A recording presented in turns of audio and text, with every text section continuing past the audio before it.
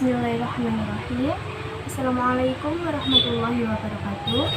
Perkenalkan, nama saya Nini Sasa Fitri, NIM 202111000099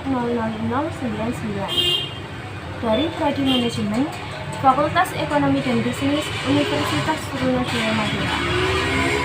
Pada kesempatan kali ini, saya akan memaparkan hasil esai sebagai tugas ujian akhir semester mata kuliah perpajakan di kelas 6C. Pembuatan esai, saya mengambil data secara langsung di kantor Badan Pendapatan Daerah Kabupaten Bangkalan dengan judul Pajak Bumi dan Bangunan Perdesaan dan Perkotaan. Pengambilan data dilakukan melalui wawancara dengan salah satu petugas pemungut PPP 2 di kantor Bapenda Bangkalan, yakni Bapak Samsul. Baik, sekarang untuk poin yang pertama yang akan saya jelaskan adalah mengenai pengertian PPP 2 atau Pajak Bumi dan Bangunan Perdesaan dan Perkotaan. Menurut Undang-Undang Nomor 28 Tahun 2009 tentang Pajak Daerah dan Retribusi Daerah atau PDRD, daerah diberikan kewenangan untuk memungut pajak, salah satunya yakni Pajak Bumi dan Bangunan Perdesaan dan Perkotaan. Pada awalnya, pemungutan pajak bumi dan bangunan dijalankan oleh pihak KPP Pratama selaku instansi yang ditugaskan oleh pemerintah pusat.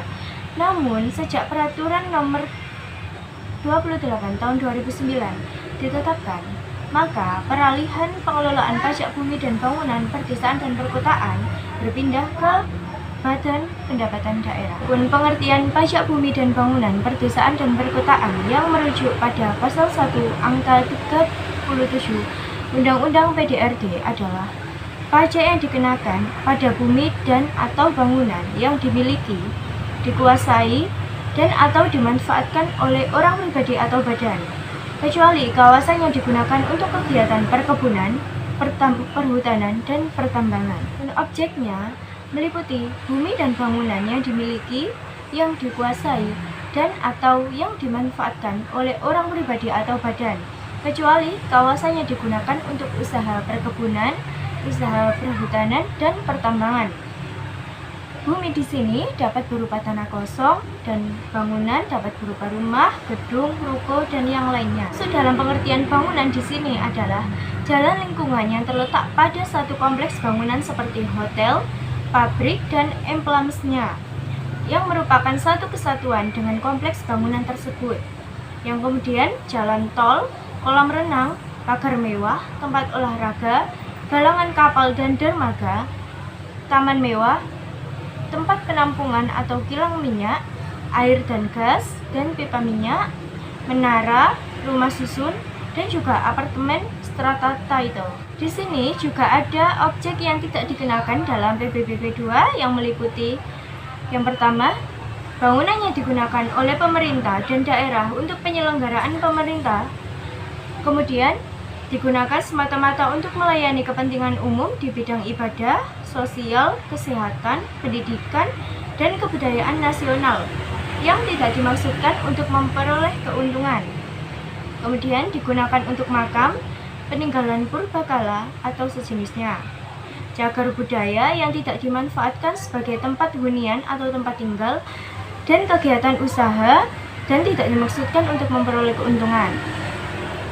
Yang selanjutnya ada ruang terbuka hijau, hutan lindung, hutan suaka alam, hutan wisata, taman nasional, dan tanah negara yang belum dibebani suatu hak.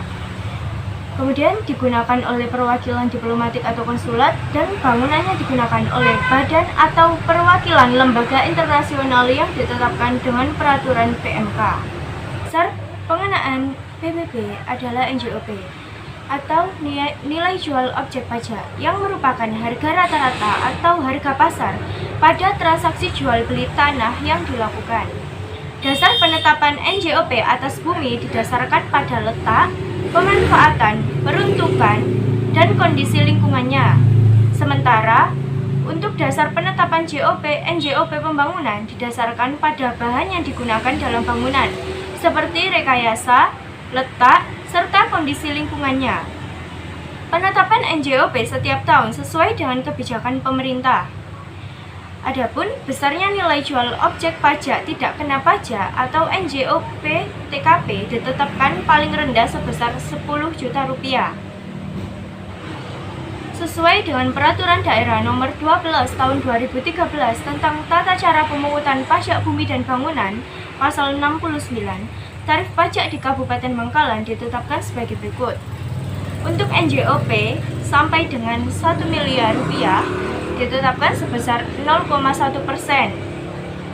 Yang kedua, untuk NJOP di atas 1 miliar rupiah sebesar 0,2%. Rincian besarnya pajak yang terutang atas bumi dan bangunan dihitung dengan cara mengalihkan tarif dengan dasar pengenaan pajak setelah dikurangi nilai jual objek pajak tidak kena pajak. Secara umum, penerapan pemungutan PPPP 2 di Kabupaten Bangkalan telah berjalan dengan baik.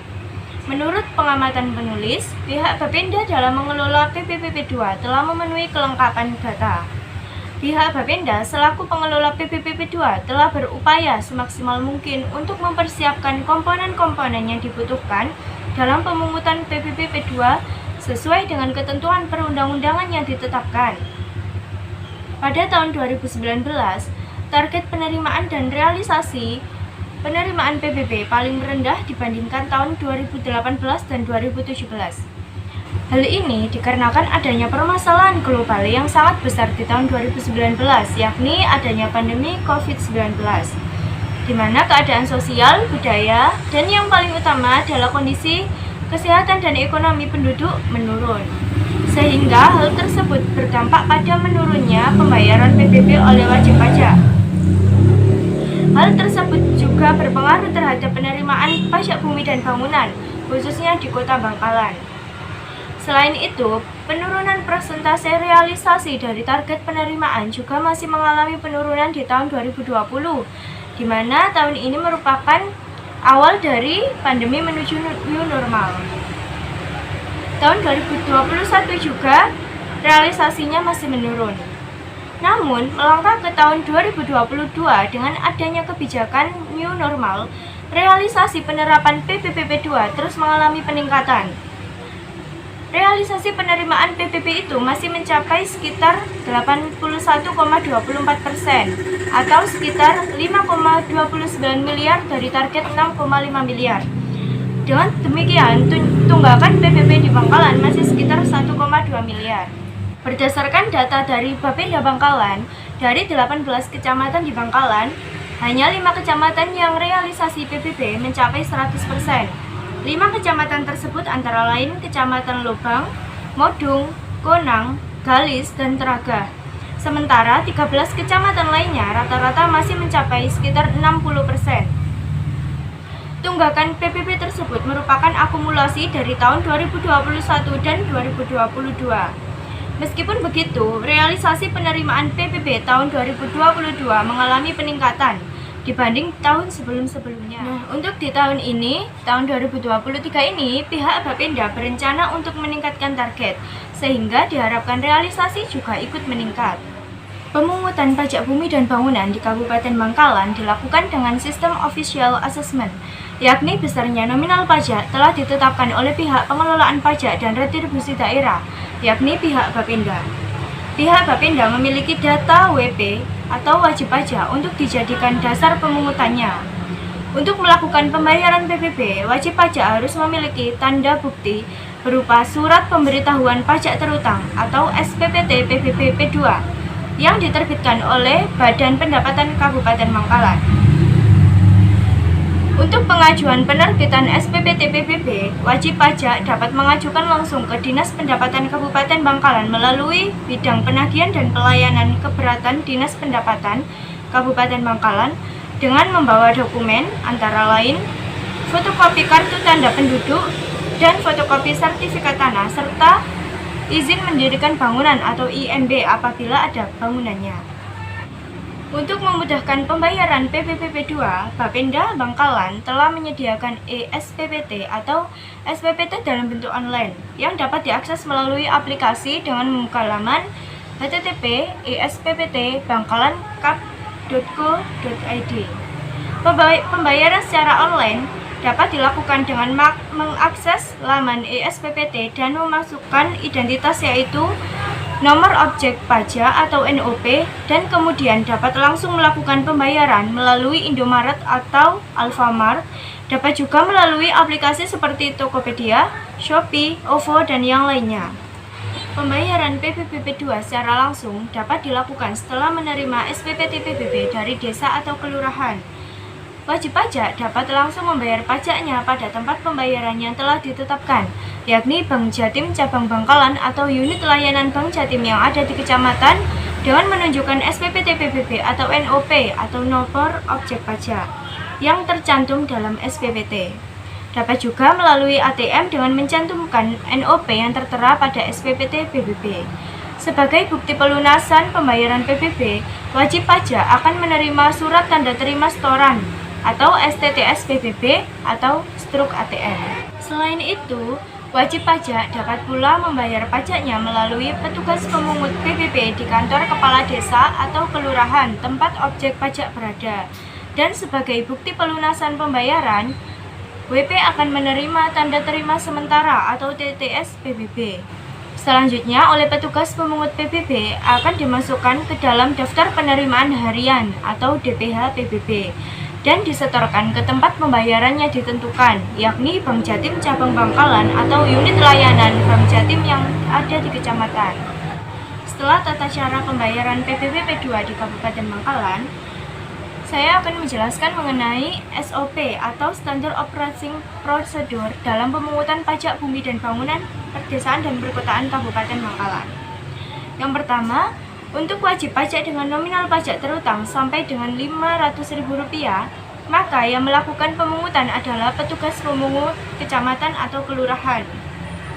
Yang kedua, untuk wajib pajak dengan nominal pajak terutang di atas Rp500.000, maka yang melakukan pemungut adalah pihak Bapenda. Yang ketiga, jatuh tempo pembayaran PBBP 2 di Kabupaten Bangkalan dilakukan dalam waktu 1 tahun dengan batas maksimal pembayaran adalah tanggal 29 September 2023. Yang keempat, pelunasan melebihi jatuh tempo dikenakan denda sebesar 2%. Batas pengenaan denda maksimal adalah 48% atau selama 2 tahun. Yang kelima, batas waktu penyetoran hasil pemungutan pajak maksimal 1 hari sejak diterimanya setoran pajak dari wajib pajak. Dan selanjutnya adalah dokumen pemungutan pajak bumi dan bangunan perdesaan dan perkotaan di Kabupaten Bangkalan, yakni sebagai berikut.